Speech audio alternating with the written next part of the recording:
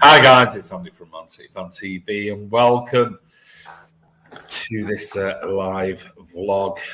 We're going to talk about, obviously, the defeat in the Community Shield to Leicester City. I've got Ross on. How are you, buddy? Hiya, mate. Yeah, not too bad. Tough few days, but pushing on. Good to get back into it with the Blues. Yeah, well, listen, commiserations, sorry, the bad news about your father and everything else. It's a tough one. It is a tough one. So I do feel for you, buddy. I really do. Thanks, mate. Yeah, and thanks, Andy, for your support and all the watchers and people on Twitter and fans. Thanks for all your support, not just last few days, but over the last 8 months. The reason why I got involved with the channel, so my dad was aware of it. He was actually someone who used to comment back in the early days. So got to stick with it. And hopefully he'll be watching it from the big blue stadium in the sky. Wouldn't want me to give up. He was the reason I'm a City fan. So carry on with that. I think it's a good legacy to continue. So yeah, cheers, mate. Thanks for all your support and all you guys out there. Thanks so much. Yeah, well, rest in peace to Keith. Right, let's see who's on. I paused there for a minute. Well, the Jack Grealish effect. We've got the rags on already. Yusuf's on. There's a surprise. Welcome, Yusuf. Lewis Yates says, place looks sloppy, but that's kind of expected. Just hope they aren't for the Spurs game. We're going to talk about the game. The young kid looked promising. Can't remember what his name was. Adozie, I think you're meaning. I'm not too sure. Charlie says, evening, Andy. Hope you're good, mate. Not the result we wanted, but we move on to Sunday, where most of the players will be back. I mean, it was such a B team. It was incredible. City were poor. The better team won, in my opinion, says Blue Moon. Yeah, I mean, I can't disagree with that, and we'll talk about it in a minute. Hello, everybody. Jean Cartier, how are you? Don't forget to hit the like button. Thank you, Charlie. Evening to Jean Cartier. Yes, Yusuf, his name was Adozie. Looks promising. Good talent. Not quite ready for the first team yet. Yeah, I agree. Fast countdown. Sean Fogarty's on. How are you, mate? Very poor at the back today. When I was at the game, Mendy and Cancelo, too many balls in the box. Yeah, I didn't think they were great, I must admit. Evening, Ross. Hope you're good, buddy, says Charlie. Hashtag haircuts. Kamal says, sorry, I'm pausing there for a second, so I do apologise. I don't know what's going on with my stream, but I've got full bars. So Ake has never looked comfortable on the ball for City, but Rodri at fault for me. Not a great back pass, I must admit. Sorry for your loss, Ross, says Yusuf. Abdullah, I see Latoro Martinez coming as Kane alternative, 67 million. Maybe we'll talk about that. So, Andy, you're going to be doing an interview outside the stadium next season? I will be. Yeah, I will be doing the usual stuff when I can get to the games. Obviously, I've got my season ticket, and I'll be trying to go to as many games as I possibly can. But obviously, after 16 months of my business and no work in aviation, suddenly it's just gone mental, and that's got to be the priority over football. As you know, and I've said it 1,000 times, this channel is free. We do this free of charge, and it's just fans chatting about Manchester City, the club we love. It's not about making money, and it's not about streaming revenues and things like that. That's not what we do it for. If I'm at the game, I will definitely be doing interviews with fans, as I've always done for the last 6 years, 5-6 years. So I'll definitely be doing that. I can't guarantee I'll be going to every game. If I'm away overseas, then I'm away overseas. But I will do everything I can. Sorry for your loss. Charlie, did I miss the hot wings? No, you didn't. Well, you sort of did. I wanted to do a watch along, but work came first, and I was thinking, can I finish a bit early? Can I do this? Can I do the other? Anyway, I couldn't. I just simply couldn't. So I missed 15 minutes at the start of the game, so I couldn't really then set up and do a live watch along. So I just watched the game with my wife and my lad. But me and my lad did do the hot wings challenge. It was rubbish. Hot. My wife went, she tried one and she was having none of it. And me and my lad just blitzed through all of the hottest sauces that I bought from Sainsbury's. Rubbish, absolute nonsense. I have got a set though that I have bought from the internet that are super, super hot sauces. So I'm going to save those for, hopefully, I'm going to be doing a live watch along for the Spurs game. I'll do it then. I'll do the challenge then. I think the hottest one we had today was, I don't know, 12,000 on Scoville scale. Rubbish. Both of us just demolished them. No heat. Well, there's a bit of heat, but nothing major. So I'm going to start at 20,000 and go up to 1 million. That's the set I've got. 7 sauces, starts at 20,000, goes up to 1 million. So, yes, that will be coming next week, I promise you. And if anyone does a super chat, that'll be going to Prostate Cancer UK, which is going to be my chosen charity for this season. Don't forget, I am doing the golf challenge. I did want to do it at the end of July, but then work took over. So I'm going to probably do it maybe mid-September, I think, end of September, when I come back from various trips to Dublin, Vienna, the Maldives, wherever. And when I come back, I am going to do it for there. So anyway, let's... did you do the golf challenge? No, I haven't. I just mentioned that. Swap Jesus for Martinez? Yeah, maybe. City fans, son, we're going in under shelter. It started raining where I was sat. I was disappointed in that. City fans were going in under shelter when it started raining. Well, I mean, I guess they just didn't want to get absolutely soaking wet. Or some City fans. Okay, some City fans. I don't see them selling both Lautaro and Lukaku in the same season. I'd be surprised if they don't. But anyway, let's move on to the game today. Thought it might have been a bit of a stronger lineup, Ross. What were your thoughts? I mean, I'll put up the lineup. So yeah, I've got that in front of me now. I had to actually listen to it on the radio because we didn't have coverage over it, which really is the first time I can remember. But ESPN didn't renew the rights, so we didn't have it. So listened on the radio, which actually brought back some good memories. But yeah, I was looking at the lineup and I was probably, before the game started, just went through it and I thought there's probably only 3 players at a push in that lineup that will start next week. Yeah, that's what I said to my lad when my wife we were watching the game, and I said that is a proper B team, because if you look at it, Stefan, no. Cancelo, no. Ben Mendy, no. Ruben Diaz, yes. Nathan Ake, no. Cole Palmer, no. Gundogan, maybe. Fernandinho, maybe. Mahrez, probably. Ferran Torres, no. And Adozi, no. So you look at that, I mean, that's a proper B team with, apart from maybe 2, maybe 3 starters next Saturday. And when you look at their team, obviously Schmeichel, Pereira, Bertrand, Soyuncu, Harvey Barnes, good player, good to see him back after his injury. James Maddison, obviously Tielemans and Didi, Amati, Vardy and Ayoze. So that's a very, very strong lineup for them. I know that they've not got a couple of players, the likes of what's it called? What's that ex-rag called? Oh yeah, Johnny Evans. He wasn't playing, but that was a strong lineup from Leicester and a pretty much a B team from City.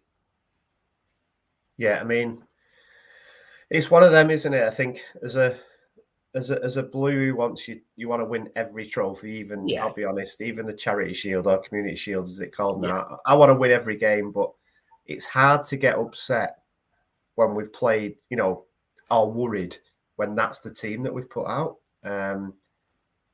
Because I agree with you. I reckon that Leicester team, maybe 2 changes to what they'll play next week, whereas ours is probably going to be 9 changes. I mean, their 2 changes will be if those play. I mean, I think it'll be pretty close, that team, because I think as one of them not got a bad injury and the other one is not fit. So, I mean, maybe next week for Leicester might be one change to that team. Otherwise, that's their strongest starting 11. And when you look on paper, like, just put it up there, you look on paper, that team there. So, Stefan, Cancelo, Ben Mendy, Nathan Ake, Palmer, Ferran Torres, Adozi. I mean, those players are not going to start for Manchester City. No. They're just simply not. I think the good thing as well, without being a downer, with Ndozi, who I've nicknamed Jimmy Cranky, but for only probably the older viewers will get that one. But I think it sort of gives people a bit of a reality check, because some of the stuff I've read in the last 3 weeks about, yes, he's got talent, but he's nowhere near ready for. No. And that game showed he had a good chance, which some other players probably would have put away. But he's a great player. He's one for the future. But he's not ready now, and we shouldn't be putting pressure on players when we've not signed forwards and like fans do. It's just, I think there's a few interesting stats today as well, Andy. Actually, City have lost 3 of the last 4 games at Wembley now. Yeah, really? That's as many defeats as the last 15 before that. Really? Also, we've lost 4 of our last 6 games, and that's as many as in the previous 53 matches. Wow. So, don't want to worry anyone, but there you go. Yeah, I mean, obviously we've got to take into account certainly today in particular. I mean, the squad. I mean, it's great. I mean, I'm all for giving the kids a chance and things like that. And I think, what was it, 65, 68 minutes that they had a chance. Cole Palmer and Dozy had a chance. Did they do anything? Sparkled, shine, thought, wow. I don't know. So I saw some people on Twitter sort of saying, and Dozy was great until he went off. And I'm thinking, was he? He was. Every time I saw him with the ball, he ran into their defenders. I mean, the difference in levels between playing Barnsley in a friendly to playing a Leicester first team defender, they just run him into the corner and they intercepted the ball off him. And, but he's young, he'll learn. Cole Palmer, again, we've seen him in the academy and gone, wow, this kid is amazing. We've seen him play, cup games for City against lesser opposition and go, wow, he's amazing. Today, didn't do anything. Really didn't affect the game. Didn't do much.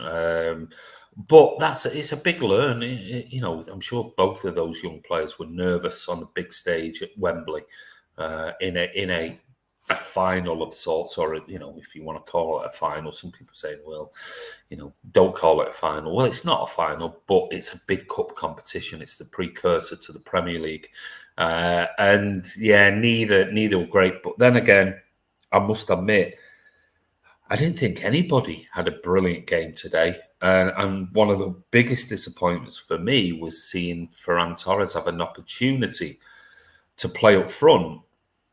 And I probably could count on one hand the amount of times he touched the ball.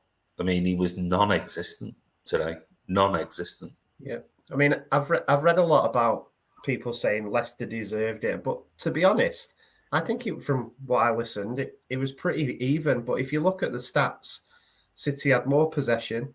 57%. They had more shots, less shots on target. They had more corners. They had less. Well, they had 12 to Leicester's 10. We had 3 on target. They had 5. Yeah, so even.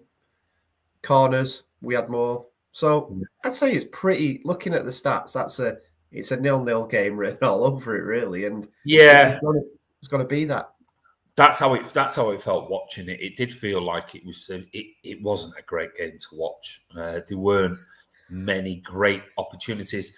If I had to pick out of both teams who had the better opportunities, I would have to say Leicester. I thought, obviously, a great save by Stefan. The Vardy chance. Yeah, he got a great hand to it onto the post. When he saved that, I was thinking, I wonder if Ederson would have saved that.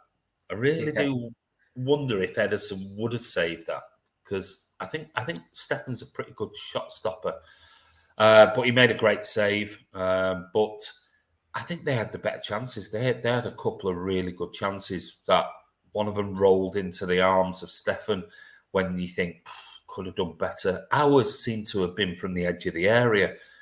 Gundogan had 3 shots today from the edge of the area, a cutback, a typical City move in behind the back of their left back, pulled the ball back to the edge of the area, and he hit it 20 yards over the bar every time. One on a volley, and the others were skied over the bar. Mahrez, exactly the same. Mahrez, who for me, and for me with Mahrez, I did say he's been the player of the pre-season. Today, I thought he was rubbish. Even his touch, even my lad went, "Oh my God, what's happened to Mahrez's touch?" He was like, yeah, he wasn't great today. He wasn't great. And there were several players today who I thought, Cancelo played at right back, never a right back in my opinion. I've said it, and I'll stick by it till the cows come home. Never a right back. And Mendy, we've seen glimpses, but I thought certainly in particular they really targeted Cancelo today down that left side with Harvey Barnes, and he got in so many positions way, Cancelo being dragged inside, and he had all the room in the world out wide. So, but that is our B team at the end of the day. Good to see Bernardo Silva come on. Is he going to be here? Ross? By the rumours are, and if you listen to Pep's press conference yesterday, he did say there are 3, maybe 4 players who have also said that they want to leave or they're not happy or whatever. And he said they're under contract, and if we want to get rid of them, basically, we'll get rid of them. We don't want to keep anybody who's unhappy. So what were your thoughts on that today? And what were your thoughts on Nathan Ake? I thought did all right. I know you were listening to on the radio, but I thought he did all right up until that mistake. I think it was a poor ball by Rodri. Yeah. There was no excuse for what he did. And he looked devastated. And Diaz at the end of the game went over straight away and put his arms around him. And he knew he'd made an absolute blunder. Yeah. I don't know. I'm starting to think I like Ake, but I'm starting to think he's got that mistake in him. Like he's sort of, do you think that's because of game time and the fact that, probably is out, is in, is out, yeah, is in, and is out. Trying too hard. Like, if I go for this and make the tackle, I might keep my place. And he's got a bit of that Otamendi about him. Like when Otamendi used to jump in for no reason, and then he sort of got rid of that game. I'm not saying Ake jumps in, but he does these trips or these pulls. I'm totally with you. We've spoke about this at length, Andy, and when we've been separate on the channel and together.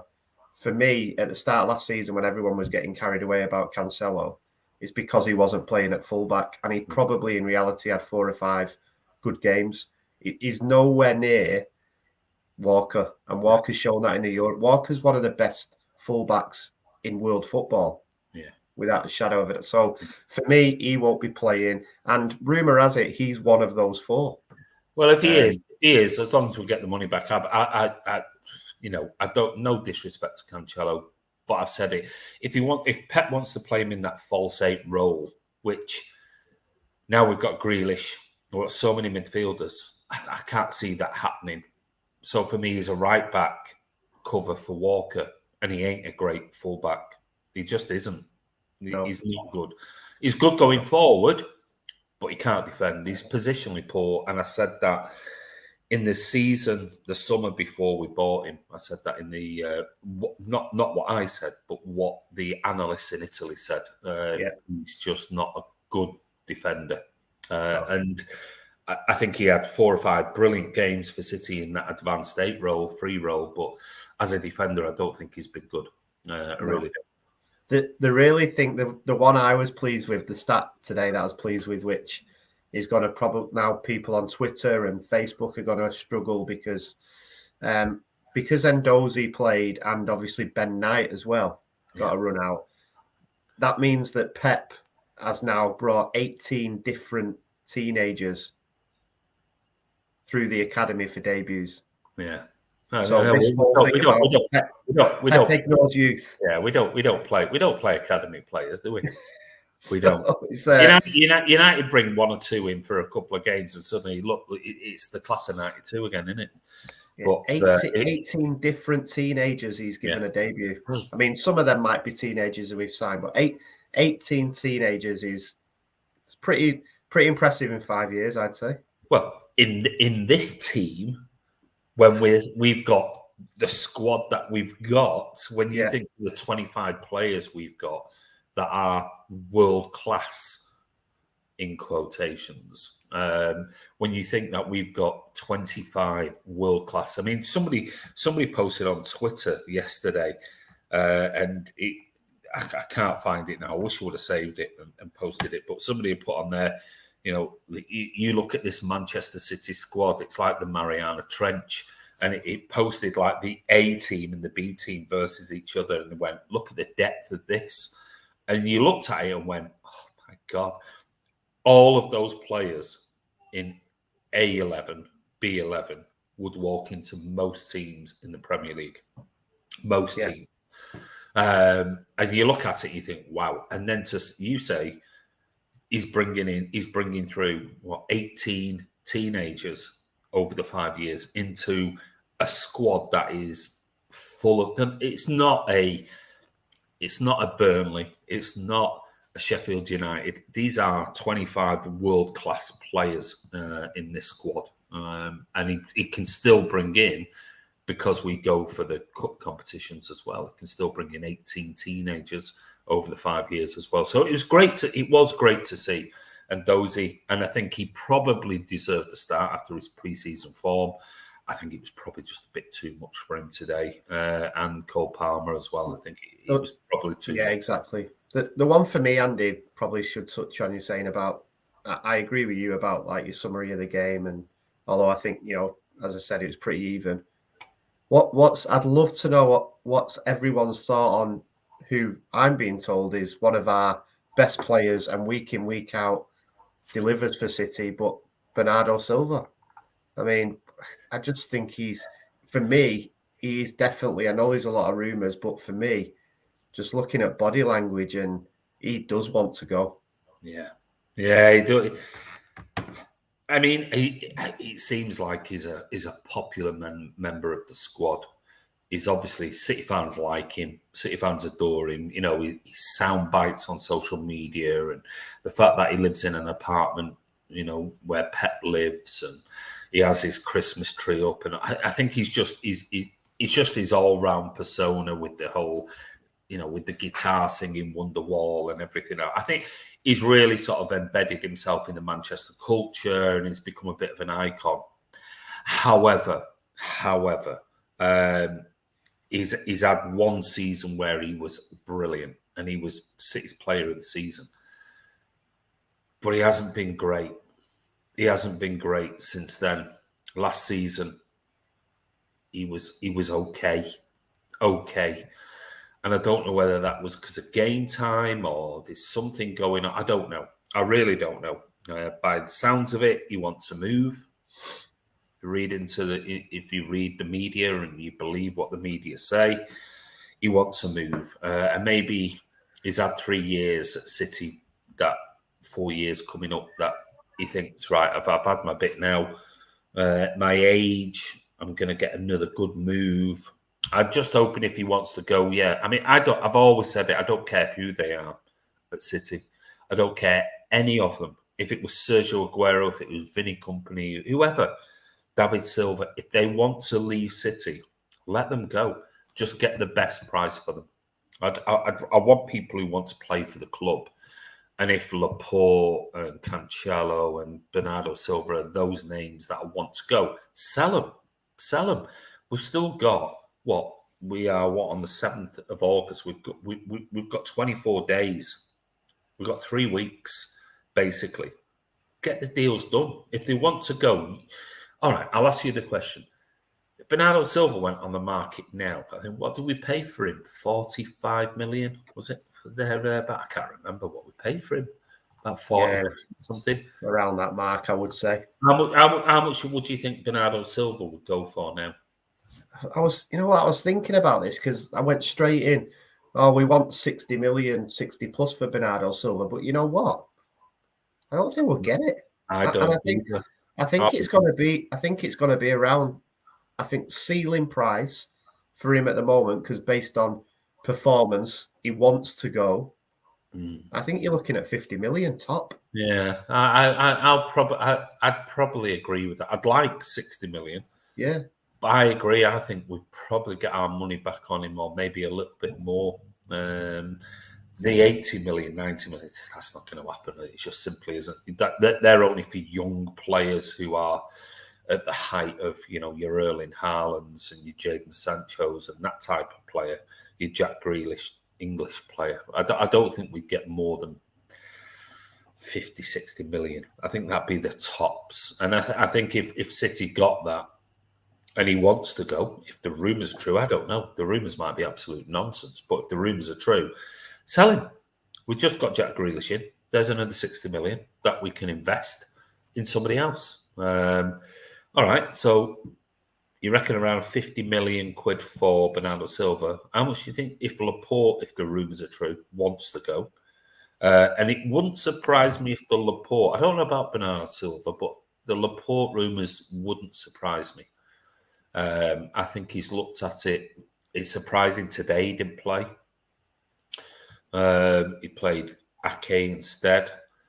Is Ake a better defender than Laporte? For me, no. I think Laporte's a better defender than Ake, I'll be honest. But it all depends. Maybe Pep, which he said in his press conference yesterday, is, if people don't want to be here, then, the club will decide whether they go or they don't. They're all under contract. So I'd rather Laporte stayed, I'll be honest. He is an alternative with his left foot. But if Laporte wants to go, you don't want an unhappy player at the club. no. So I don't think City are a club that will force players to stay. So I think Pep's fairly fair with that type of thing. How much you reckon in the current market Laporte would go for? Again, there's only a few clubs who can afford players at that high level at the moment, isn't there? So, but Madrid have just got rid of Varane. Yeah. So, I mean, what did White go for to Arsenal? Was it 50? So he's got to be 70 then. You would think so. I mean, I know White's English, and there's always a little bit of a premium on top of that. But I mean, if you look at Ben White versus Aymeric Laporte, you go, have Laporte every day of the week and on a Sunday. So you've got to, if Ben White's going for 50 million, let's say there's 10 million on top of that because he's English, 40 million, you'd look at 60 million for Laporte and go, that's a pretty decent deal when you look at Harry Maguire for 85 million. Laporte's as good, if not better, than Harry Maguire. It's interesting though, isn't it, Andy? Because I was thinking, Laporte's not even in this, because he wasn't even in the squad. And I was thinking, maybe it's because of how far Spain got through. And then I thought, well, Torres is in the squad. So I was trying to make and maybe I think Laporte is a better defender than Ake. But maybe part of Guardiola's thinking is, you know what? Ake's got the right attitude and he doesn't want to go. And he's in exactly the same position, if not lower down the pecking order, if Laporte doesn't complain. I like Ake's attitude. He can play at left back as well.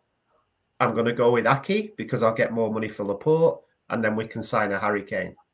But, maybe that's the thinking behind it. Yeah, maybe it is.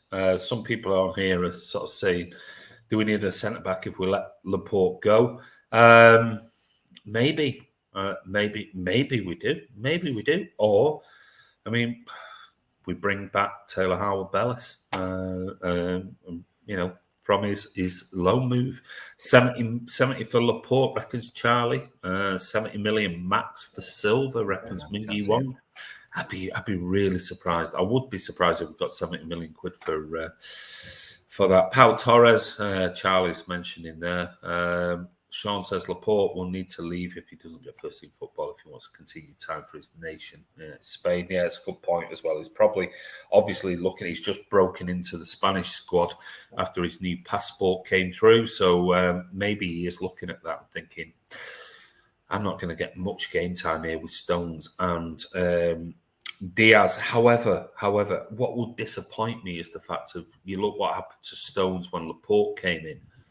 Stones fought for his place, and look, he's got it back, and only takes an injury. What if Diaz got a bad injury 2-3 weeks into the season? Perfect opportunity for Laporte to come in and play with Stones, but I don't know. Yeah, I think, Andy, as well. We talk about if a centre back goes, do we need this? And we all want a left back. But actually, if you look at centre back, so if Laporte did go, you've got Diaz, you got Stones, you got Aki, and Walker can play there. Full left back, if Mendy doesn't go, you've got Mendy, you've got Zinni, Aki can play there. If Cancelo goes, we've got Walker. Yeah. So is it a right back that we need? Yeah, I mean, yeah. I mean, I don't know. I mean, that's if I haven't read anything about Cancelo wanting to go, but maybe he is one of the ones. Obviously, he played a bit part role, and that had to be in an advanced eight role rather than a natural right back. Because let's face it, I mean, Walker is twice the player at right back than Cancelo is. Maybe that is a position that if we do get rid of because knowing that Cancelo can play in that advanced role, and maybe Cancelo isn't one of the ones that wants to leave. Maybe if we got rid of a Laporte, if he wants to go, and the rumours are true, and we got rid of him, maybe the money should be, ploughed into an attacking, upcoming right back. Well, it is a question for you then. One of the players I was looking at when I was setting up the fantasy league, which we'll talk about shortly, was Rafinha from Leeds. And albeit I think he's on the left, isn't he? At Leeds. I was thinking, right, he's an attacking player. He looks, from last season, he looks defensively sound. He's quick. He's good on the ball. But at the moment, we've had Zinchenko, who had a great season last season. We got Mendy, which looks like he's going to be given another year and certainly looks fitter in pre-season and today than he has done for quite some time. Will he be back to his, 6-8 games when he was brilliant when we bought him? I don't know. We'll have to wait and see. But it looks like Pep might give Zinchenko and Mendy that role. If we were to get rid of a Laporte, and let's say I've had the door open, so we've got bloody flies in here. If we were to get, let's say, a Laporte goes, and we got 50 million, 60 million back for Laporte, let's say, and we're not going to buy a left back because we seem to be left-sided quite heavy there because, like you said, we've got Ake, we've got Mendy, we've got Zinchenko can play there. The right side does look a little bit weak. We've got Cancelo, not great as a defensive right back, but can play there. We've got Walker, best right back in world football for me. If you had 60 million quid to spend on a right-sided defensive player, who would you go for? Who would you target? And that's for the viewers as well. For the viewers, if you had 60 million quid, let's say we got 60 million for Laporte, because let's face it, if Harry Maguire's 85 million, Laporte should be 150 million. Laporte's a miles better player than Harry Maguire, but he's not English and he's not going to United. So let's say we got 60 million back for Laporte, and we invested that in a right-sided defensive player, right back or right-sided attacking defensive player. Who do you think we should be looking at for that type of money? Or maybe add another 10 million or 20 million if we've got the money. Bit of a controversial one here. if we wanted one who's proven and he's a stopgap for 2 years, and he wants to come back, yeah, I'd be definitely looking at Trippier. Yeah, I mean he's versatile. Can play on the left, play on the right. Brilliant dead ball specialist. Good at corners. Good at free kicks. And it just goes to show you, we take the piss out of other teams like Chelsea now signing Lukaku for £95 million after they sold him, got rid of him, get rid of these fucking flies. Yeah, good player, experienced, done it in the Champions League. Straight swap for Cancelo? Hey, listen, that could be an option. A straight swap for Laporte. I think I'd want Trippier and some money, Andy, if it was Laporte. You reckon? Just to because I think Trippier, you're looking at 30, 40 or what? I mean, how old is he now? I don't know. Is he about 28, 29? Is he? So I was looking. It's just by chance. I was actually looking at right backs. So obviously, why I said the point. So if you look at who are the two best right backs in the Premier League, Alexander-Arnold and Kyle Walker. Yeah, for me. Then I think now pundits and players like that. He's 30. He's actually going to be 31 in September. There you go. So I won't be paying any more than 30 million. No, I didn't think he was that old. I thought he was like 28 or something, but he's going to be 31 next month. So then you look at right backs who outside of the Premier League. So Hakimi at PSG. I'm not sure about him. There's the only other one I can think of who I'd take in the Premier League, the Leicester lad, is it Domingo? I think he's all right. I'd go for, but it's not going to happen. I'd go for Reece James. I was just going to say, then you start upsetting people. It's not going to happen, is it? Chelsea. You could upset people. You could upset people, couldn't you? You could go to Chelsea and go, well, you could make him. There's 60 million for Reece James. Yeah, you could put it in the mix and really sort of piss them off and everything else. But they're not. Listen, they're the current Champions League winners, European champions. So they're not going to sell Reece James. But for me, he looks. I mean, with his age and everything else, he looks like a fantastic. I mean, Trent Alexander-Arnold, for me, is a superb. I mean, I don't like Liverpool, obviously, but he's a brilliant player. He had a bad season last season, but he's technically brilliant. But for me, Reece James is a very good player. But there's no way in a million years Chelsea would sell to City. About Lorenzo at Napoli? Yeah, I mean, I watched him a couple of times last season, and maybe I picked the wrong games because I don't watch European football that much. I really don't. But I watched him in a couple of occasions and was like, he was all right. He was okay. I mean, I did the video on the defenders and I don't know how many I picked, 8 or 9 on there. But the problem being, not many of them were right backs. They were mainly left backs. And that was the area that I was focusing on because of Zinchenko and Mendy and everything else. I don't know.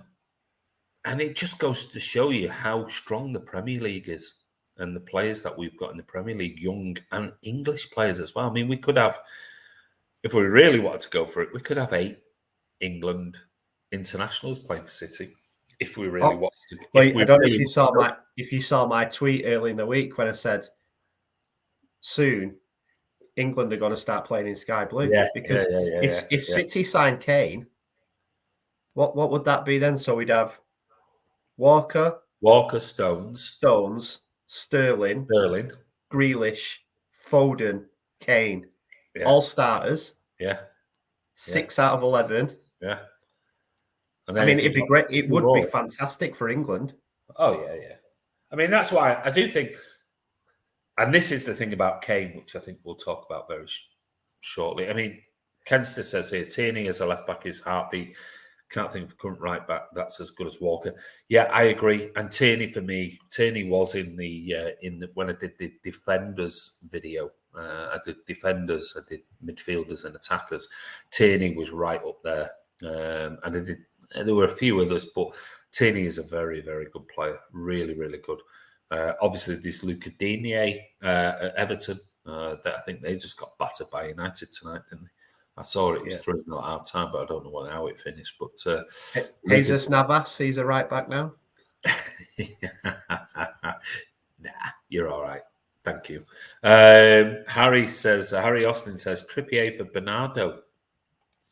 I think because of his age, it's got to be a player, money, and we want some money. Yeah, I think we've got to do a deal. I mean, obviously, Kimmich was one I talked about. I mean, it's not happening. Sadly, it's sadly not happening. But Kimmich would obviously be my number one pick. I said that in the video that I did on defenders, but it's just not going to happen because Kimmich can play right back, centre midfield, right midfield. He can play in an 8. He's just a wonderful player. Pep knows him. He loves Pep. Pep loves him. Bayern would never sell Kimmich to Manchester City. Not to Pep, no way. No and way. the thing is, if Pep signed him, he wouldn't play him right back. Yeah, no. Rasidil Taib says, and Man City take a new player at Fernandinho position. That place always loser and make a goal, and City lost the game same time. Chelsea beat us. Yeah, well, I mean, listen, hey, Fernandinho, for me, deserves this extra year. John Cartier says, see Tottenham would consider Man City offer of 120 million for Harry Kane. These bloody flies are driving me mad. If Man City commit to at least another 20 million in add-ons based on winning the Champions League plus an additional bonus, I think City would be well happy to pay 120 million with add-ons depending on success, which is what they've done for the Jack Grealish deal with Aston Villa, which was quite interesting. Because it came out today, Ross, this morning, and I posted it on Twitter, that Aston Villa, after, we had all the Jack Grealish and the Aston Villa's haters on Jack Grealish, and then we had, their chairman coming out going, we're so happy, and everybody like Talk Sport and the media going, and I said it, that's class. He's come out and he said this. But then today we learned that they were touting him, Jack Grealish, out to Real Madrid and Manchester United. They didn't want to sell to Manchester City to strengthen the City squad. They were touting him to go to Spain and to go to United rather than City because they knew that would just strengthen City squad so much more. What's that all about?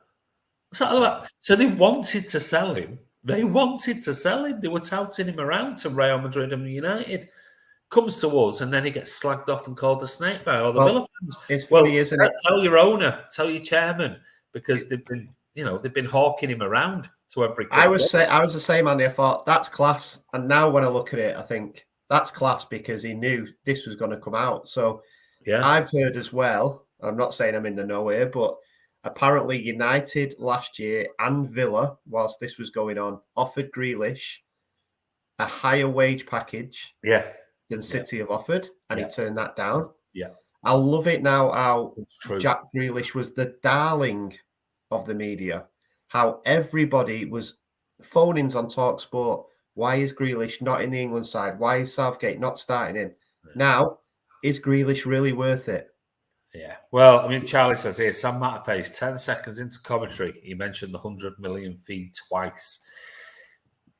We have to, don't we? Even though apparently the rumours are it's 75 million plus 25 million in bonuses, depending on success. And I love what Pep said as well. Well, actually, we've just made 60 million from selling players, so it cost us 40. Yeah, exactly. Harry says, if that's true from Villa, that's tragic. It's not been denied, and that came out this morning. Where was it? Where I posted it? I can't remember where I posted it. Was it Daily Mail? I think it was Daily Mail I posted it on. But basically, that was the fact. That is fact, and it's not been denied by Villa that they were touting him to Real Madrid and United. They didn't want him to come to City because they knew Grealish coming to City would just strengthen our squad even further. So they were looking at trying to get him somewhere else, probably what he'd even more money, knowing that United will pay more. United will pay bigger wages, and Real Madrid would do the same. And apparently, if you read the article, it's on my Twitter at Aviation Blue, so you can read the article on there. Jack Grealish said, "No, I want to go to Manchester City," and that's the reason why he's at City. It was Grealish who wanted it. Aston Villa, the wankers, wanker. Fuck them. What is causing the sudden mass exodus rumours? Well, I think it's obviously Neil, I think if you're going to bring in players of the calibre of Jack Grealish, then obviously they're going to be players who already struggled to get a starting berth last season. The likes of Bernardo Silva, for example, Mahrez the season before last season. So they're going to be looking at it going, oh, hold on a minute. Now you've got Grealish. Well, Foden's the new golden boy, and he's playing brilliantly. So he's going to get a starting place. Then we've got Kevin De Bruyne. Well, they're all the positions I play. And, so you're going to get agents involved. Agents are going to be going, look, you're not going to last much here. You're going to have 20 games this season if you're lucky. Look, let's look for a move. Obviously, getting a move gets a 10% for the agent, gets a 10% signing on fee for the player.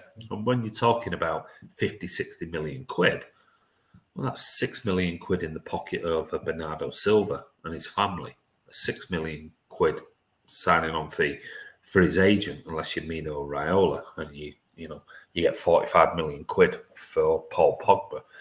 So it's a lot of money. It is a lot of money. And let's face it, these overseas players rarely do they ever show any loyalty. We've had it. I mean, we've had Vincent Kompany, we've had David Silva, we've had Sergio Aguero. I mean, they're rare.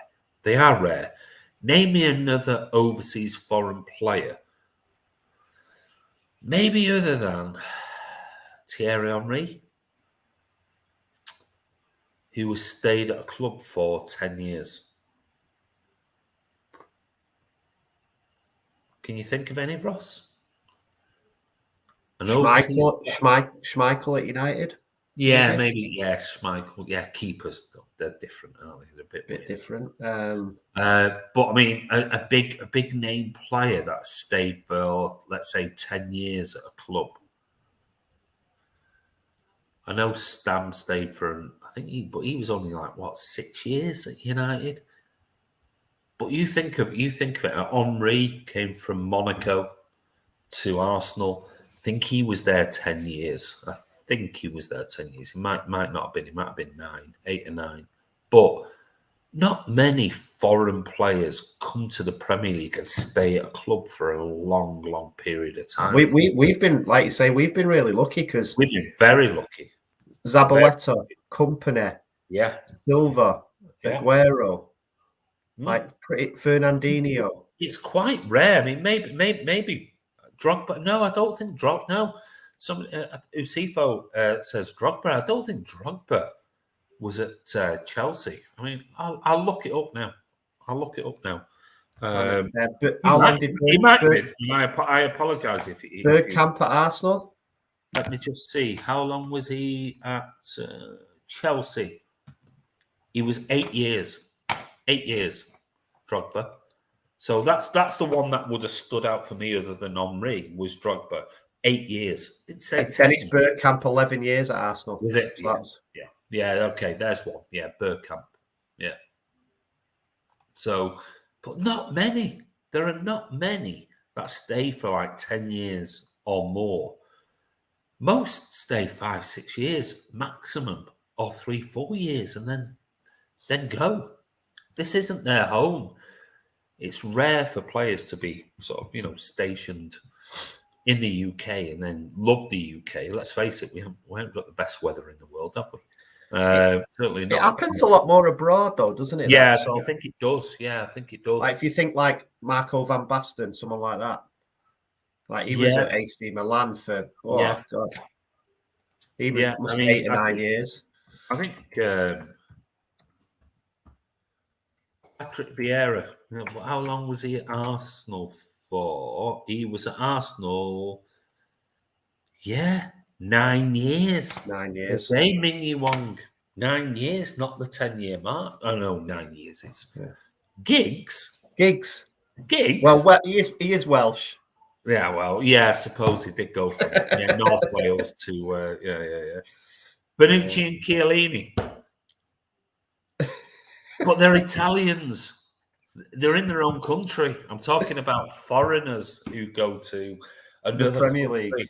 I don't remember Bonucci or Chiellini playing for another overseas team.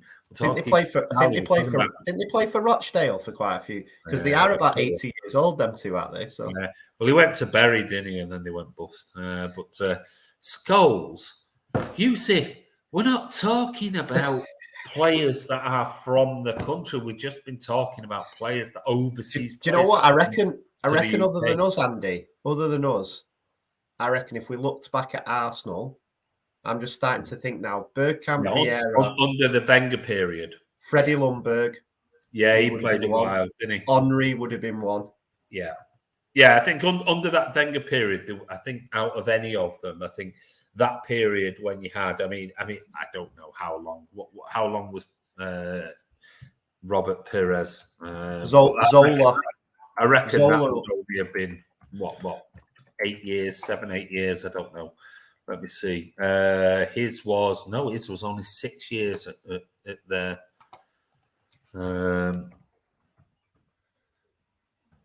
Zola must have been at Chelsea for. Yeah, I don't think he was. No, 7 years. I don't think he was. I don't think he would have been. Yeah, I don't think it was that long. It goes to show. It goes to show you that it really, when you talk about Freddie Ljungberg at Arsenal was there for. Well, he was there for 9 years. So Ljungberg was there for quite some time. Cesc Fabregas. Yes, Fabregas, obviously, he came through from Barca. Let's have a look at Cesc Fabregas. How long was he? I think that might be just on the... Yeah, it's probably about 8 years, I reckon, at Arsenal. You reckon? Yeah, it was 8 years. It was 8 years. 8 years. Sean, Totti. Totti? No, it's not. Sean, I think you're missing the plot here, mate. We're not talking about players who played for their home club or players who played in their own country. We're talking about foreign players coming to the Premier League and staying for 10 years or more. We're not talking about, that's like saying, well, Matt Letizia, one club person, David Beckham, Gary Neville, we're not talking about those. We're talking about foreigners who have come to the Premier League and actually stayed at a club for a long period of time, like, Pablo Zabaleta stayed at City, Vincent Kompany, David Silva, Sergio Aguero, those type of players. We're talking about those players who spent 10 years at the club or more, who are overseas players coming to the... That's why we're talking about Thierry Henry and Cesc Fabregas and Van der Gaal. Do you mean Van der Gaal? Does he mean Van der Sar? Because Van der Gaal for United, I would say, played less than 40 games over about 7 years. Yeah, probably. He did play. Did he not play for Everton? West Ham won it. Was it West Ham? I don't even know. He was always like he played for one team and then everyone else was like, he was like the reserve goalie. Cantona. Yeah, I mean, Cantona, but he originally went to Leeds, didn't he? I'm not. So, I mean, obviously. Cantona was only at United for about 5 seasons. Well, he went to Leeds in 92 and spent a year there, and he went, 5 years he was at United. So, no. Paolo Di Canio, nowhere near. Ming Wong, no. Nowhere near. Nowhere near. We're talking about 10 years. Schmeichel, Brandon, we did say Schmeichel at United. Yeah, he was there a long time. He was. You forget, don't you, with players like Di Canio, he's probably only at West Ham like 4 seasons. 4 years, yeah. Yeah, you think he's been, because of his iconic status at West Ham. Solskjaer played 11 seasons. Yeah, well, maybe he did. Maybe he did. But that's what I'm saying. It is Vidic wouldn't have played 10 years at United. No way. Let me see. Vidic. Oh, Vidic. So Andy's gone. He got that upset with you guys getting the wrong end of the stick. He's knocked himself off. But I'll check Vidic. Vidic was at the Rags for 8 years, 2006 to 2014.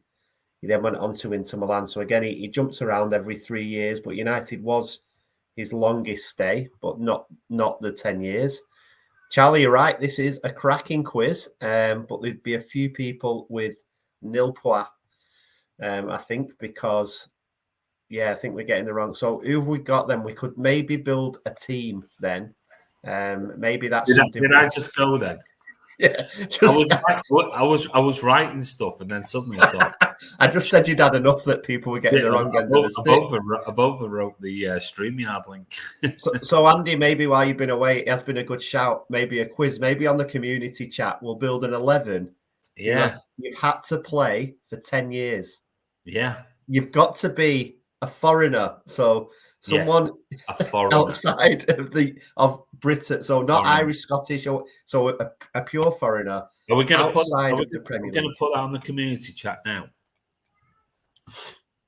Should we put it on the community chat now? Yeah. So Van der Howe is definitely not our goalkeeper. And actually, if we're having the 10-year rule, Schmeichel will not fall into it. So Schmeichel was 8 years at United. So that's going to be, it's actually going to be pretty tough, I think.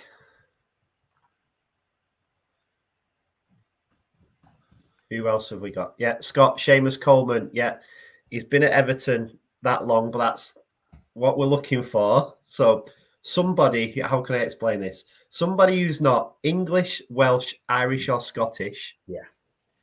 Who played for a Premier League club for 10 years.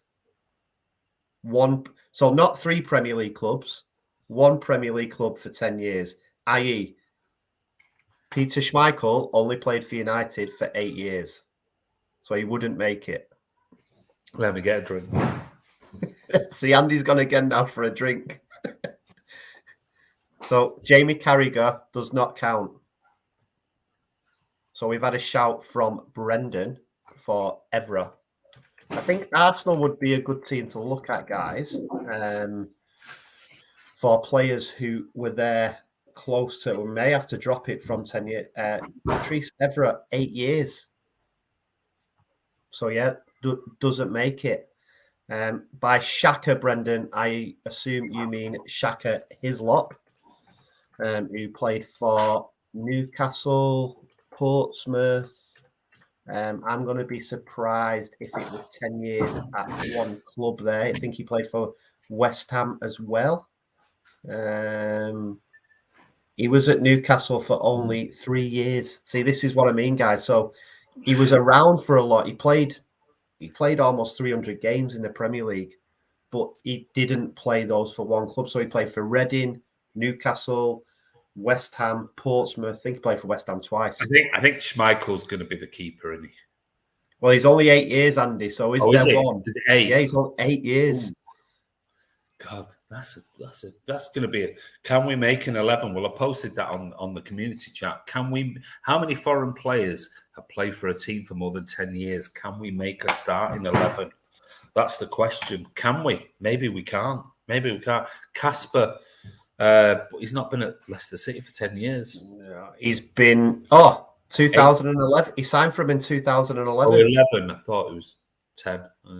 So Schmeichel was right as our keeper. It's just a different. There you go. There's a good one. So yeah, Casper Scott Williams. Good shout, mate. You've got the keeper. Can we get a right back? We'll play 4-3-3. Can we get a right back, a left back? Well, we might have to just go for whatever we can get, because you can see it's becoming a bit difficult to get foreign players who played for 10 years for one club in the Premier League. You probably get them. You probably we're looking at most of them will be City defenders. Zabaleta, Company. It's going to be difficult. It's going to be really hard. Even Bergkamp wouldn't get in. Bergkamp was 9 years at Arsenal. Yeah, we might have to be a bit. Maybe we need to lower it to 9 because I think we'll struggle. Well, people can search, and people can see. Good one we can chat about. Don't matter what positions they play in. If we can get a keeper and 10 outfield players, even if they're all strikers and whatever, it doesn't matter. It makes no difference. But there you go. Lescott wasn't at City for 10 years. He's English. And he's English. He's not a foreigner. Got to be a foreigner. He's got to be a foreign player playing in the Premier League. Not the band. I think people are getting confused. Yeah. Republic of Ireland count. Richard Dunn. Yeah, go on. We'll go for that. We've got Seamus. Yeah, we're struggling. So we've got Seamus Coleman. So we'll have that. Yeah, because it's not England. It's not that they are. It isn't, and they're in the EU. We're not. So yes, I think. Republic of Ireland counts, Brandon. So you can have that. But Richard Dunn was 9 years at City. So yeah, again, it's like Coleman's going to be obviously in the team. So Shay Given, not at 10 years at one club. No, it's got to be one club. That's the thing. It's got to be a foreign. Right. Let's make this really clear, really simple. You can have, let's say, you can't have Scotland, you can't have Wales. All right. Because with England, we're out of the EU. You can have Northern Ireland if you want to. No, you can't have Northern Ireland, sorry. You can have Republic of Ireland because they're in the EU. We're not, which means they're overseas. But it has to be an overseas player. So not Northern Ireland, Scotland, Wales or England. It's got to be an overseas player that's played in the Premier League for one club for 10 years. Or more. Can we make a starting 11? Now, we've got a keeper. We have a keeper. Kasper Schmeichel. We've got him. All right? But it don't matter. It don't matter if they're a striker playing at right back. Can we get 10 more players that's played in the Premier League, foreign player playing in the Premier League for 10 years or more at one club? There you go. Company Vidic at centre-back. No, Vidic hadn't played. Sean, Vidic didn't play for United. He played for 8 years. He hadn't played for 10 years. They've got to play for 10 years or more at a club. Hit the like button if you're enjoying the live stream. To be fair, Andy, the keeper and the first centre-back I'm happy with. All right. Well, we have got John O'Shea. Was he at United for 10? Republic of Ireland, yeah, I think he was at United for 10 years, yeah. I would say that's probably a good shout. And Robbie Keane, I'm not sure Robbie Keane was at Spurs for 10 years. So we have got, it's correct, John O'Shea, 99 till 2011. There you go. So we have got Kasper Schmeichel in goal. And a back two so far of John O'Shea and Vincent Kompany. There you go. Zabaleta, was it 9 or did he get there? I think he might have got there. I've got a feeling he might have got the 10. 2008 till 2017. Oh, you bastard. 10 seasons, but not actually 10 years. I think we make a captain's call, and I don't think anyone will push back on this. But I think as out like in the Olympics when you're allowed one, Zabazin. Right, Zabazin. We'll go because it was 10 seasons, but obviously the year. So we'll say 10 seasons. So we'll apply that to all the others. All right, There you go. We'll give you a bit of leeway. If it was somebody who joined in the years and it was 9 but played 10 seasons, we'll go for that. So Zabazin, we got Schmeichel, Zaba, John O'Shea, Vincent Kompany, Silvestre. Ooh, that's a good shout. Is it going to be a City and United? Yeah, it looks like it could be. Or an Arsenal.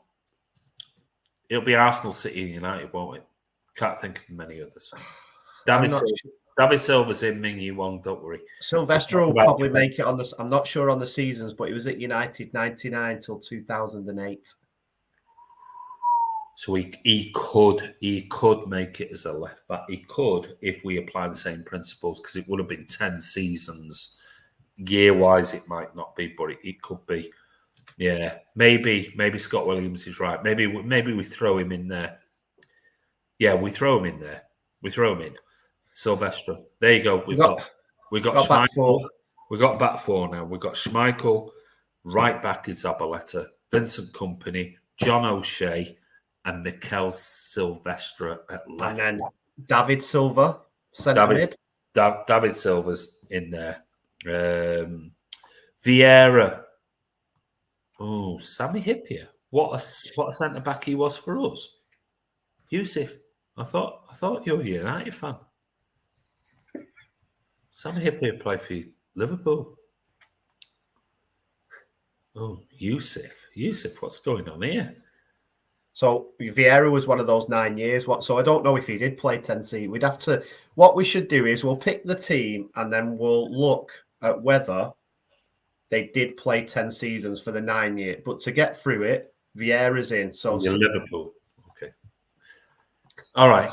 Well, I think if it's 9 years into 10 seasons of playing, then we'll accept that. We'll have to go and look, right? Because some people might be 9 years, 9 seasons because of the way. Yeah, some will be. Yeah. So if it's 9 years and 10 seasons, we'll go for that. If it's 9 years and 9 seasons, no. Piers? Who's Piers? Charlie. Or Perez. I think he means Perez. Perez. No, Perez didn't, mate. I looked at that before. Perez didn't. He was 8 seasons. The Adventures of Steve Marco. He likes the sound of his own voice, doesn't he?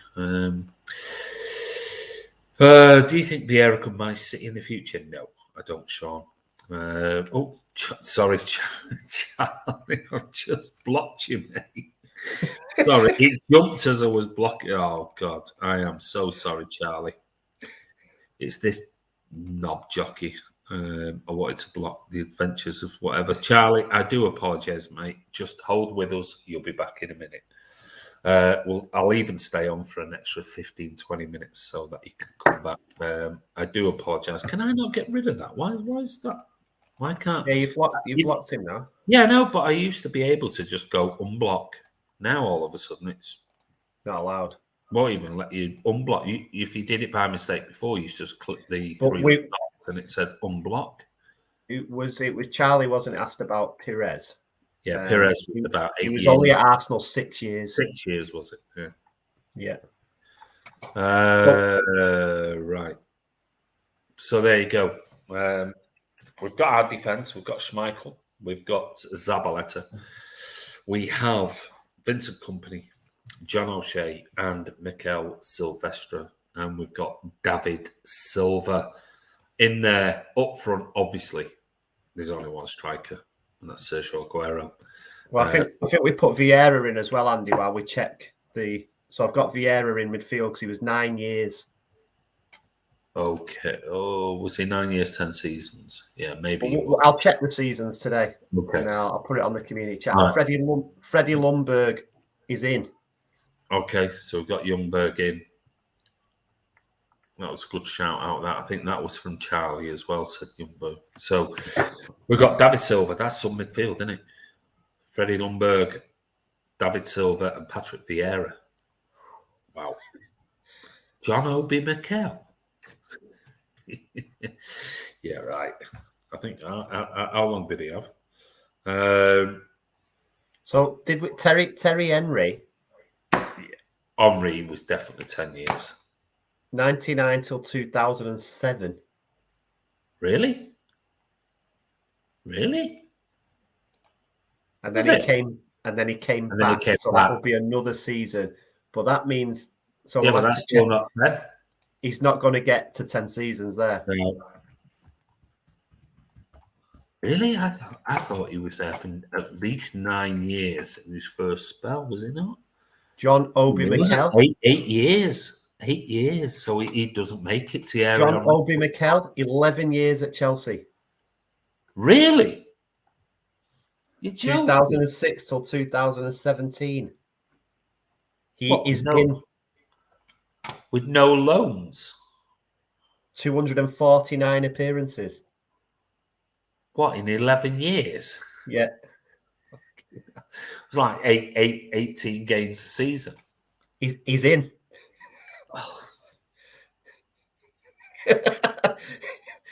Unless we get another player. Oh my God. Oh, Jean Cartier, that is a great shout. Pedersen. Yeah, for Blackburn. But that's 9 years, not 10 seasons. We'll need to check. Lucas Leiva for Liverpool. He wasn't there 10 years. Surely. So Pedersen, Obi Mikel's in at the moment. Oh. Lucas Leiva. Let's see. Lucas Leiva. So we're only missing. Missing one player. Lucas Leiva, 10 years at Liverpool. Lucas Leiva. He's in. Yusuf, that's a good shout, mate. So at the moment, we're a 4-5-1. Was Gantz Pedersen 10 years or was it 9? I've got him. So we've actually got 12. So I've got 12 players so far, guys, and we'll probably move on, Andy. But I've got 12 players which I'll check. But these are the 12 which are at 9 years and potentially 10 seasons. I will check today and put it on the community chat. Okay. So we've got Schmeichel in goal. We've got Zaba, Company, O'Shea, and Sylvester as the back four. Yeah. We've got Obi Mikel, Silva, Vieira, Freddie Lundberg, and Lucas Leiva with Aguero up front. And so far on the bench, I've got Pedersen. Now, Pedersen could come in for one of those. But there you go. There's 12 players, but it was pretty tough. And there's not a lot of teams covered there. Yeah, you've had Liverpool, you've had Chelsea. I mean, Gans Pedersen looks at 9 years. It's not 10 years, but I mean, he might have done 10 seasons. So you've got Leicester, you've got City and United with the defence. In the midfield, you've got Chelsea, City, Liverpool, and who else was in the midfield? Leicester. No, we don't know. Who's the Leicester player in midfield? Michael. No, in midfield we've got Leiva, Liverpool, David Silva, City, John Obi Mikel, Chelsea. Who was the other Arsenal, one? Vieira and Lundberg, Arsenal, and then we've got City up front. It just goes to show you, doesn't it? When you talk about top teams, when you think that all of these transfer targets and everything else, actually some of the best players stay at these best clubs for a long period of time. They really do. Right, we've got... sorry, Charlie. I do apologise, buddy. It used to be able to, if I accidentally did it, I could just bring you back in. Now, all of a sudden, you put you in a timeout. And while I was doing that, I was putting some in the bell end in a timeout. It jumped up and I clicked it as it jumped up. So I do apologise. I hope you're freezing. The Fantasy Football League. We have to talk about that before we go. Now, I will post it on here. The Fantasy Football link and the code, I am going to post it on here for you. So if you're not joined it yet, you will see that the link is there and the code is there, which is India Foxtrot Oscar X-Ray Mike November. So you can go and click that link, join the Fantasy Football League. It's the Premier League one, the normal one, the main one. On there, it's Man City Fan TV, Fantasy League, FF League, and also Ross, you've set up another one. I have, so and I'll share it on. I'll just log on now. Actually, it'll be easier. I have created another league for us all, which is a head-to-head league. So it's actually like a real league. So for instance, I will play Andy, and it's our points that week of whether you win the game.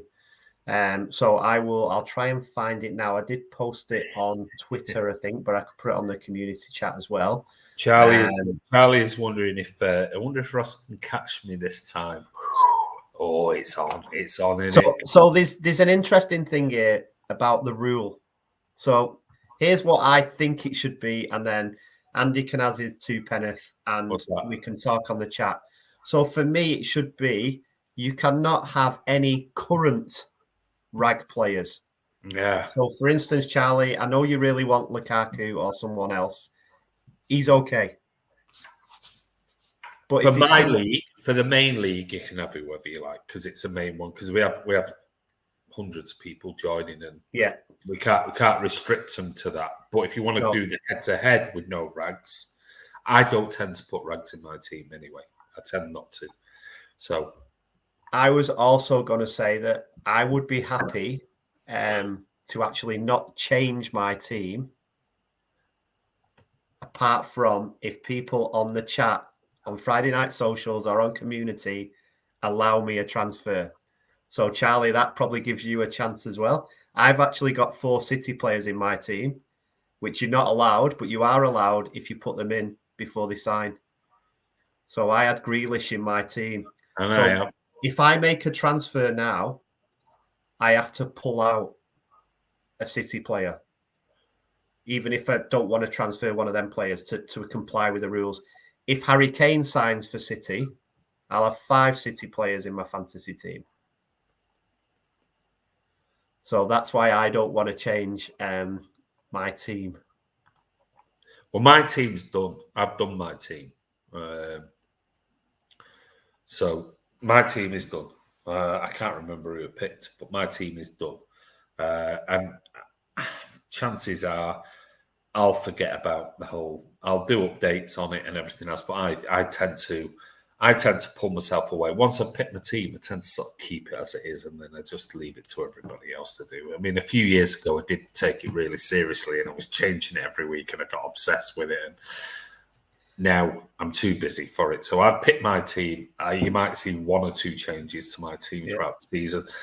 I'll go with what I've got. I picked Jack Grealish as an Aston Villa player, and he's obviously going to be a City player. So I'll wait and see what happens. So Andy, I've got the code for everyone for the head-to-head. Okay. So I'm happy as well because obviously we don't have just blues. If you want rags in there, go for it because it's easier to just use one team, which is what I'll be doing. So it's N for November, K for Kilo, Y for Yankee. Let's put this down. N November, K for Kilo, Y for Yankee, O for Oscar, F for Foxtrot, and G for Golf. Okay, and that is on. That's the link. That's the code there, and that's for the head-to-head Premier League fantasy football, and that's Man City Fan TV. Okay, so if you go over there, you'll find the links. If you go to Fantasy Premier League, the official Fantasy Premier League from the Premier League, and go into search Man City Fan TV, you'll find not only the main league that you can join, which is just the standard league that we do every year, but also there's the head-to-head that Ross has set up, and the code is there, and I will highlight it here. That is the code: November Kilo Yankee Oscar Foxtrot Golf. That's the code for that. Don't forget, if you want to join the main league, you can do. And there is the link to that Fantasy Premier League. And the code for that is India Foxtrot Oscar X-Ray Mike November. So join it. It's free. You don't have to pay. Andy, what's your team? Are you going to unveil your team? I mean, I can do, but I can't remember what my team is. Well, it was one of. I'll be honest with you, it was one of those, Ross, that when you start setting it up, it was one of those that shit. I need to set a team up before I can post it. So I just picked it. I picked it in about, I don't know, picked it in about 3 minutes. And I just thought, well, I just need to just pick a team. Let me see, what's my team? I can tell you my team. Yep, my team is, and this might change. It is Schmeichel in net. I've got Digne, Reece James, Walker Peters, and Kyle Walker. I've then got Kevin De Bruyne, Jack Grealish, Ward-Prowse, and Tielemans in midfield. And up front, I've got the one who scored against us tonight, Iniacho and Danny Ings. On the bench is Jack Butland, Cancelo, Rafinha, and Calvert-Lewin. But I will swap those around anyway. That was just Andy and I have not spoken or shared teams, right? So I'll just tell you my team. Okay. So I've got Schmeichel in goal. All right. Luca Dina. All right. He's in mine, isn't he? Yeah. Yeah. Stones, Diaz, and Chilwell. All right. Okay. Now bring it on with that back four, everyone. Midfield, Sterling, Grealish, and Dallas. Who? Up Dallas from Leeds. Yeah. Up front, Ings, Kane, and San Maximin. On the bench, Ward-Prowse, Souček, and Johnson. So, some quite similar teams. But like I say, guys, I don't really want to change mine now because as you would hear there, I've got 4 City players. I think Andy, have you as well? I don't know. Let me have a look. I've got Walker, Grealish, De Bruyne, and Cancelo. Yeah. So that would. I mean, that's not my starting 11. That was just my team, but they've obviously put it into a.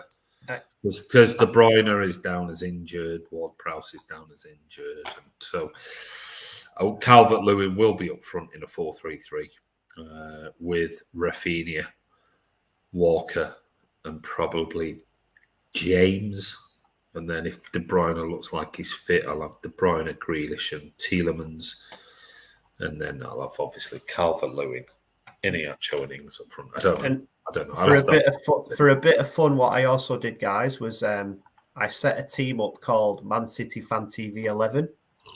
And all I did was I picked 3 City players and then auto-completed. But I am happy if people want to tweet or write on community chat what the team should be. I'll amend that just as a bit of fun to see how a team picked from all of us goes on. So at the moment, I'll just run through it for you.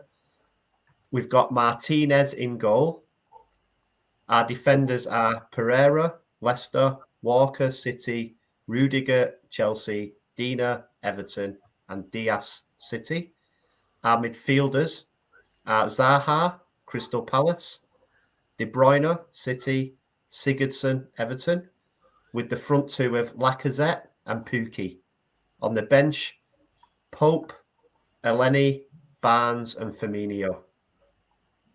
So not a bad side, but as I said, happy if it works with obviously the transfer. We've only got a week, obviously, but if anyone's got any feedback, tweet or put on the community chat, and I'll change it as a bit of fun.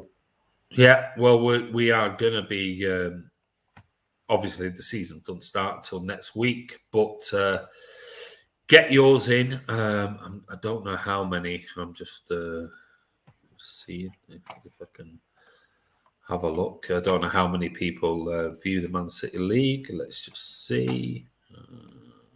Can't see because it's not going to let me have a look. But if you want to join it, join it. It's a bit of fun. We obviously start Friday night, the 13th of August. It's Brentford versus Arsenal is the first game. And then obviously we've got Saturday, United early kickoff versus Leeds. That should be a great game to watch. Then Burnley, Brighton, Chelsea, Palace, Everton, Southampton, Leicester, Wolves, Watford, Villa, Norwich, Liverpool. Then on the Sunday, we've got Newcastle, West Ham as the early kickoff. And then obviously 16:30, Spurs versus Manchester City, which is on Sky Sports. So you've got plenty of time to go over there, log in, It's free of charge. There will be a prize for the winner, a good prize, I promise you. So let's see how it goes.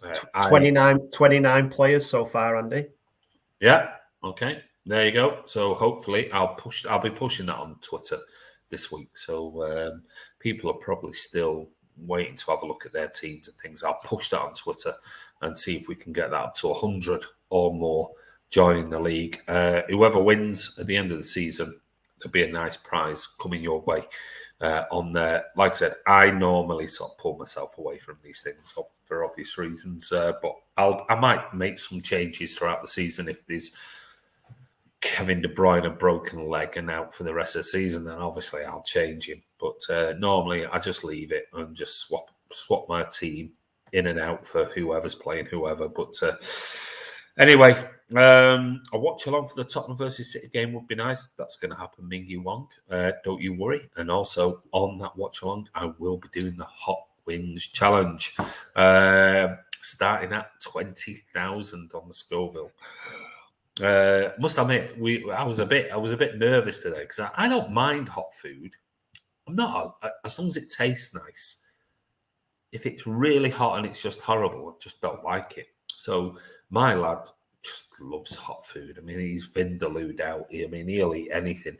But we were like, you know, I made the wings and we heated them up, and for lunch today, went, right, come on then, we're going to do this quickly. I was thinking, I'm not sure I want to do this when I'm working. I've got an hour and I don't really want to go back with sweat dripping down my things. Anyway, I bought some from Amazon, and I bought the hottest of hottest sauces I could buy on Amazon, the best 5-star rated, whatever. And it comes in a pack of 7, and it goes from a Scoville level of like 20,000 up to 1.5 million on there. So I thought, well, I'll save them. So I said to him, don't put the don't use those because I want to do that for the challenge on the channel.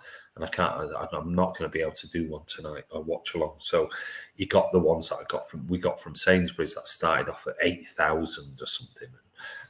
Going through, we were like, oh, yeah, it's hot. That's nice. That's actually quite nice. We just blitzed through. My wife took one, went, oh my God. That is just so horrible. It's so hot. We were just like chewing through them like, yeah. What are you doing, Andy? Are you dipping or are you basting them? No, basting them. And then we cut. What I did basically was I got a load of wings from Sainsbury's and then washed them, dried them.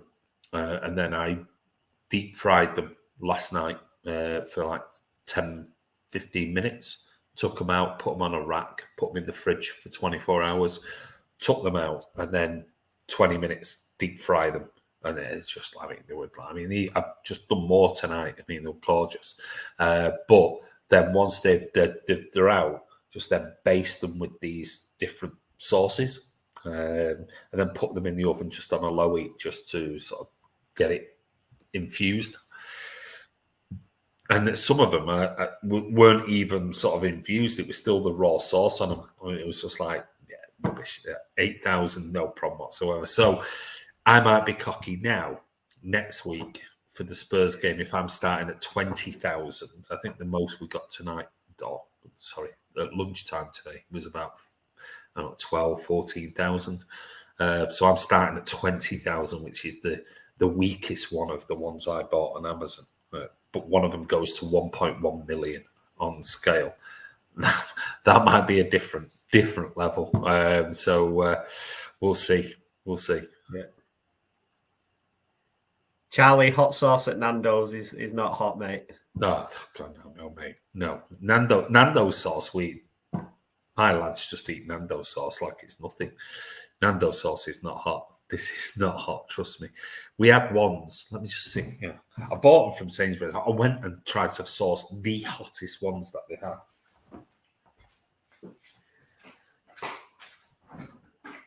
Saucy, eh, guys? Hashtag saucy. That's the latest hashtag. Hashtag chicken wings or hashtag saucy. Here you go. That's where we're going. Right. We started off with that one. It's the habanero hot sauce. Okay, that's 8,000 on the Scoville level. We started off with that and went, that's got a bit of a kick to it, and it's actually quite tasty. So then we went, I tell you what, we'll go for this one. This is the Carolina Reaper. Yeah, I've had that one.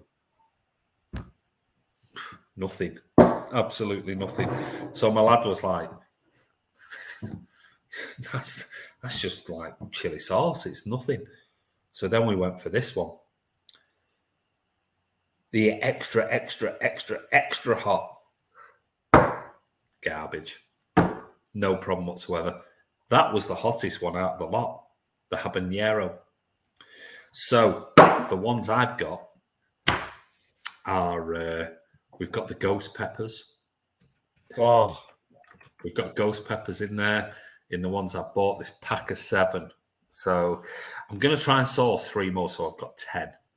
If you haven't watched it, go over and watch. Go and watch Hot Ones.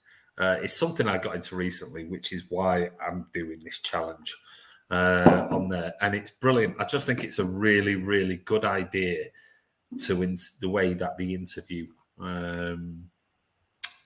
famous people. You know, everyone. Gordon Ramsay's been on there, Ricky Gervais, Russell Brand, you name it.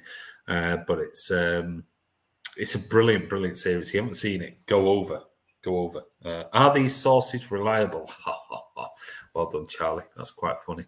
Go over and watch it. Hot Ones. It's really good. Really, really good. And it's a way of interviewing, getting something out of guests, famous people, whilst they're chipping into like 2 million on the Scoville on there. But that's how it started. But like I said, so far, sauce shop, you can buy that in the local supermarket.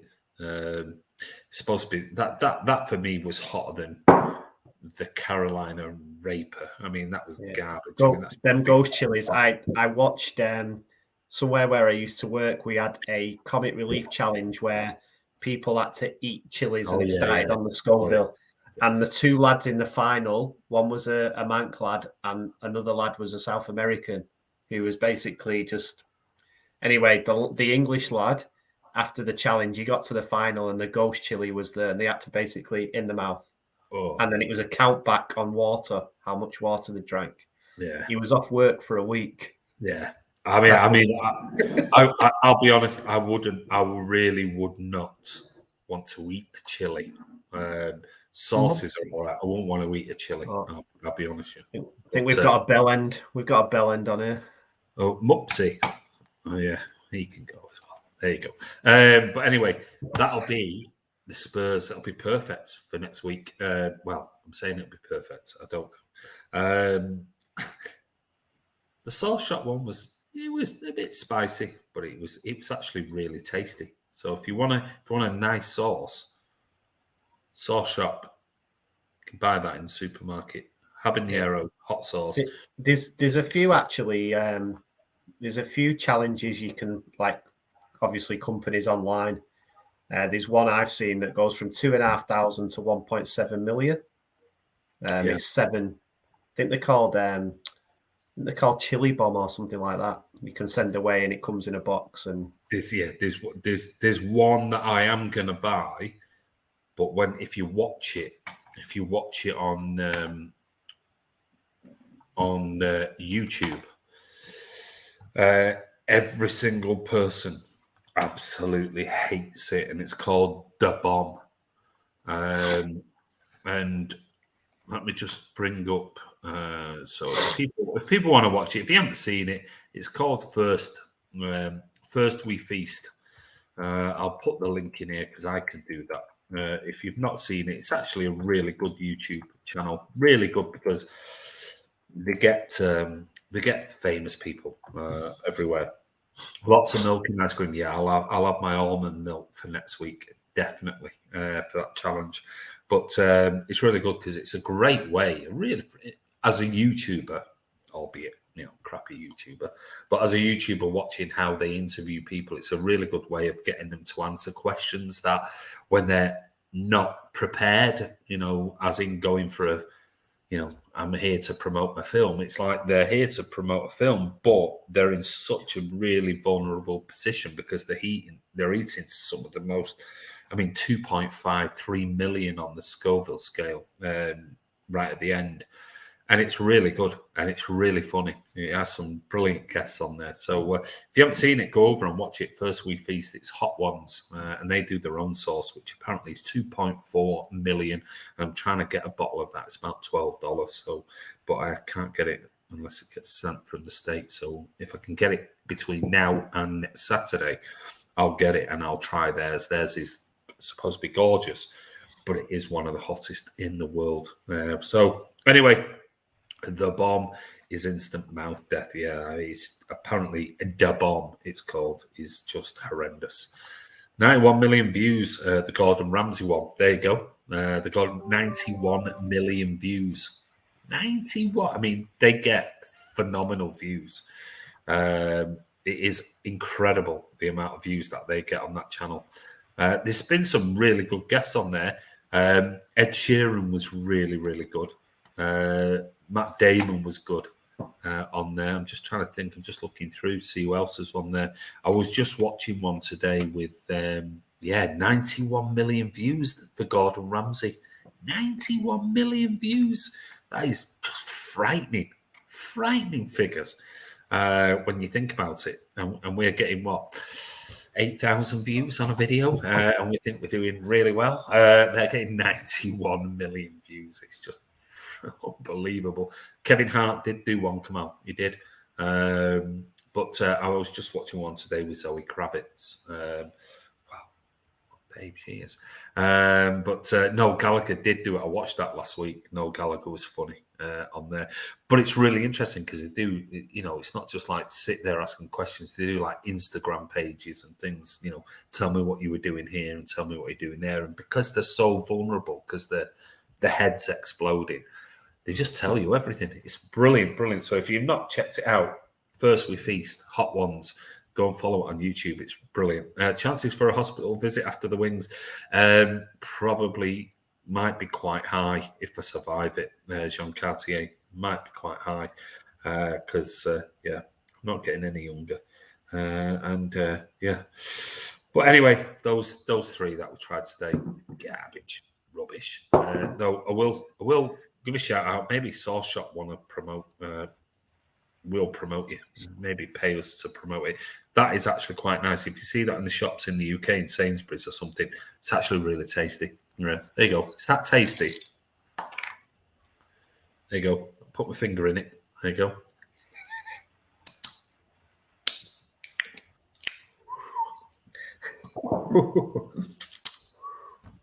It's hot, but it's nice. But it's tasty. But it's nothing like I'm going to taste next weekend when I do the watch along. But anyway, Ross, anything else you want to talk about? No, man, that was good little, obviously, Man City Fan TV, we bring you wings and hot sauce as well, which we love. I love a vindaloo myself, so I can, maybe I'll do some sort of hot challenge over here and we can compare sauces available in Australia. Yeah. Well, I think my lad's gone out tonight and he went, oh, that's put me in the mood for a vindaloo. And he likes the hottest of the hottest. I don't like vindaloo curry. I'll be honest with you. I like it if it's hot and it's tasty. It's got to be tasty. There's a place in Australia actually that does hot wings, and there's one which I've been in, and I said they're on a skewer, it's chicken on a skewer instead of wings, and I said I'll taste the hottest one. It was just horrific. It was hot, but it just wasn't nice. Yeah. So, no. I'm all good. I will. My tongue's gone numb now. I'll check that team for everyone. A few seconds. I've wrote that team down. I'll check if there's some, and I'll respond on the community chat, guys, if they are not 10 seasons. Yeah, that'll be good. UK sauces versus Australian sauces. There you go. We can do it. We can do a bit of a can't we?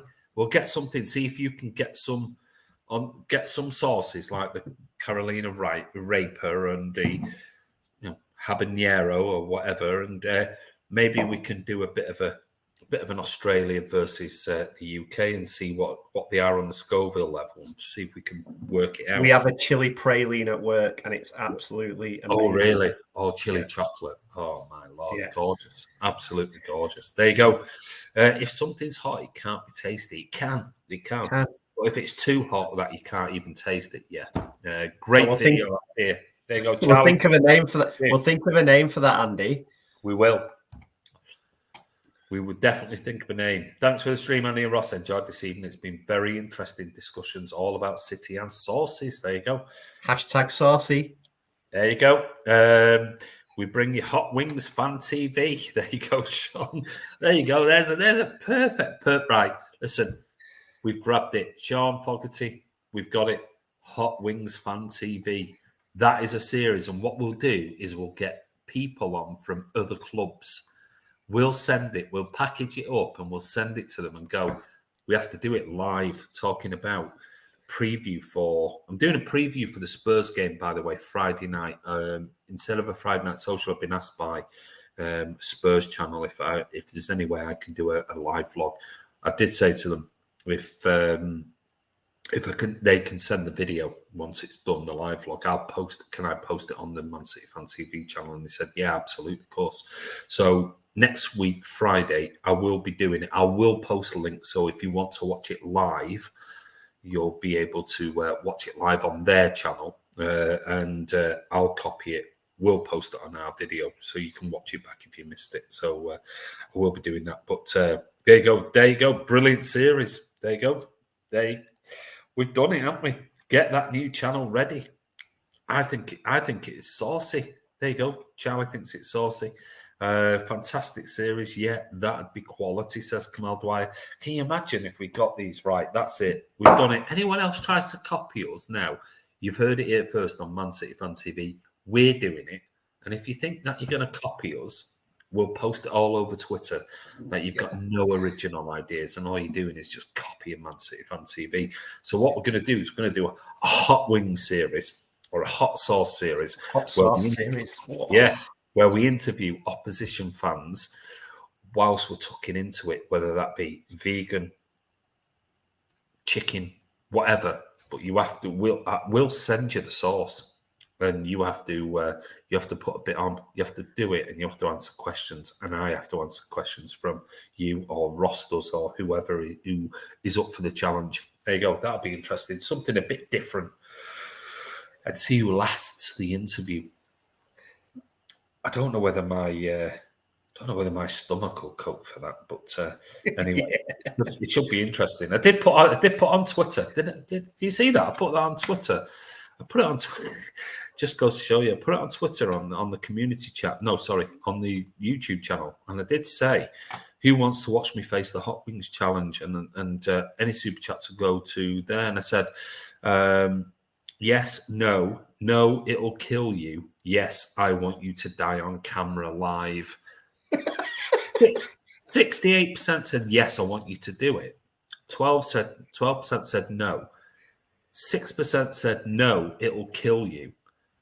And then 15% said yes, I want you to die on camera live. Cheeky bastards, aren't they? Out there, eh? Lee says, no, don't worry, Andy. No, we all love you and everything. I went, well, 15% don't. They want me to die live on camera. So maybe that'll be next Saturday against Spurs. But anyway, Ross, anything else you want to talk about? Mate, it's been great to be on, guys. Just what I needed. Some really good chat. Looking forward to the season now. Don't be too upset about today's game. I think every one of us got over that pretty quick. Looking forward to signing Harry Kane this week and him scoring on his debut. Yes, that's going to be interesting, isn't it? Die on camera is a bit harsh. Yeah, well, that was my option. But 15% wanted me to die on camera. So there you go. I wonder who they were. Snuff videos. So I see how it would turn into that. Listen, charity, Community Shield, Charity Shield. Wasn't a great performance. Wasn't a great game. It was a B team of Man City out there. I think we'll see something completely different next week against Spurs. We've got a week now of training. Jack Grealish, good to see him come on. Good to see him. And every time he got the ball, he looked he looked like he wanted to do something with it. We'll see a massive difference in the starting 11 next week. And we've still got 5 more days before the Spurs game, 6 more days before the Spurs game, 7 more days, before the Spurs game. And in that time, don't be surprised if we have another big announcement that Harry Kane is coming to Manchester City, because he will be back in training on Monday after his quarantine period from coming back from the Bahamas via Florida to the UK. So he has to quarantine for a minimum of 5 days, then take a test, which should seem right to go back to training on Monday if he does. But by all accounts, it looks like he wants to leave. And I think it will happen. I really do. So we'll wait and see what happens this week. But anyway, Ross, cheers, buddy. Have a great week. Yeah, you too, mate. Off for a nice big walk now. We're on lockdown again in Melbourne. Yeah, I saw the videos of the army and the police out in Sydney, really sort of clamping down, big style. I mean, no wishy-washy stuff. It was literally, if you're out for a second time during the day when you shouldn't be, we are having you. I mean, it was. We had a massive 29 cases yesterday, so we're currently in lockdown for a week. It's a nightmare for me personally at work, but obviously there's a lot of worse people affected. But we're locked down for a week. They're predicting it could be 3 weeks just because of the number of cases. Charlie, that's correct. Very low vaccines.